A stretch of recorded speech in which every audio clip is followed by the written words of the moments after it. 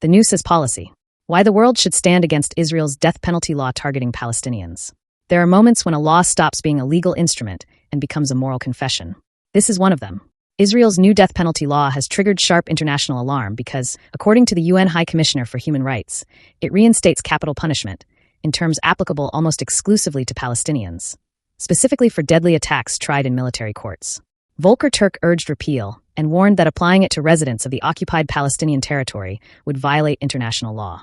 Reuters also reported that the law requires execution by hanging within 90 days and does not allow clemency. This is why the world should oppose it, because a state cannot claim justice while writing inequality into the machinery of death. A death sentence is always the most extreme expression of state power. International human rights law treats it as something to be restricted to the narrowest possible circumstances, with the strictest safeguards, precisely because it is irreversible. The UN framework on the death penalty stresses that abolition remains the direction of international law, and the Human Rights Committee has made clear that the right to life places severe limits on any state that seeks to retain or reintroduce capital punishment. But this law is not alarming only because it revives the death penalty. It is alarming because of who it is built to reach. The core accusation of racism here is not emotional language.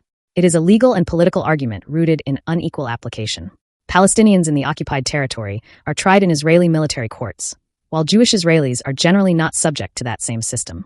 The UN rights chief said the law is framed in terms that apply almost exclusively to Palestinians. Reuters likewise reported criticism that it is unlikely to be used against Jewish Israelis, even in comparable cases. A punishment regime that operates through one court structure for one population and another for a different population is not equal justice. It is discrimination backed by the power of the state. That is what makes the law racist in practice. It sits inside a dual legal order and reserves the most irreversible punishment for the population already living under harsher legal treatment. The due process danger is even more disturbing. You cannot separate the death penalty from the tribunal that imposes it. When the death sentence is placed in the hands of military courts already widely criticized by rights groups and international observers, the risk is not only severity. It is arbitrariness. And arbitrariness plus execution is the destruction of justice itself. Once the state kills, there is no appeal that can repair error, bias, coercion, or an unfair trial. The law does not merely threaten lives. It threatens the credibility of law. Its defenders argue deterrence. States always do when they want to make cruelty sound rational. But there is no settled evidence that the death penalty deters political violence better than long imprisonment. Rights advocates cited by Reuters challenge that claim directly. History shows something else more clearly, that spectacular punishments in national conflicts do not calm societies. They radicalize them. They deepen grievance. They turn courts into stages of vengeance. And that is the deeper truth here. This law is not a solution to violence.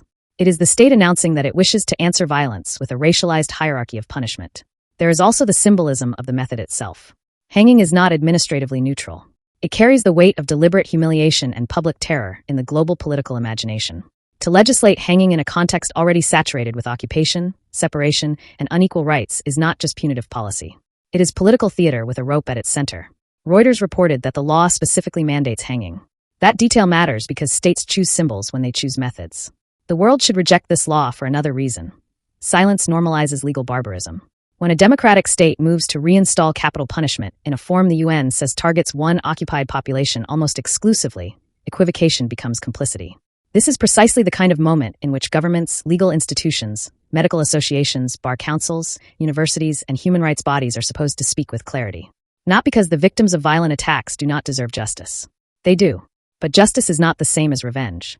Justice requires equality before the law, due process, and respect for human dignity. A law that collapses those principles cannot be defended by invoking security.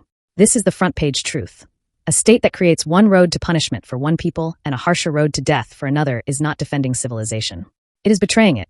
The world should be against this law because it violates the right to life, because it endangers fair trial guarantees, because it entrenches a discriminatory dual legal system, and because it turns capital punishment into an instrument aimed overwhelmingly at Palestinians. That is why critics call it racist. Not as a slogan, as a description. A just legal order does not need a noose. A frightened and unequal one does.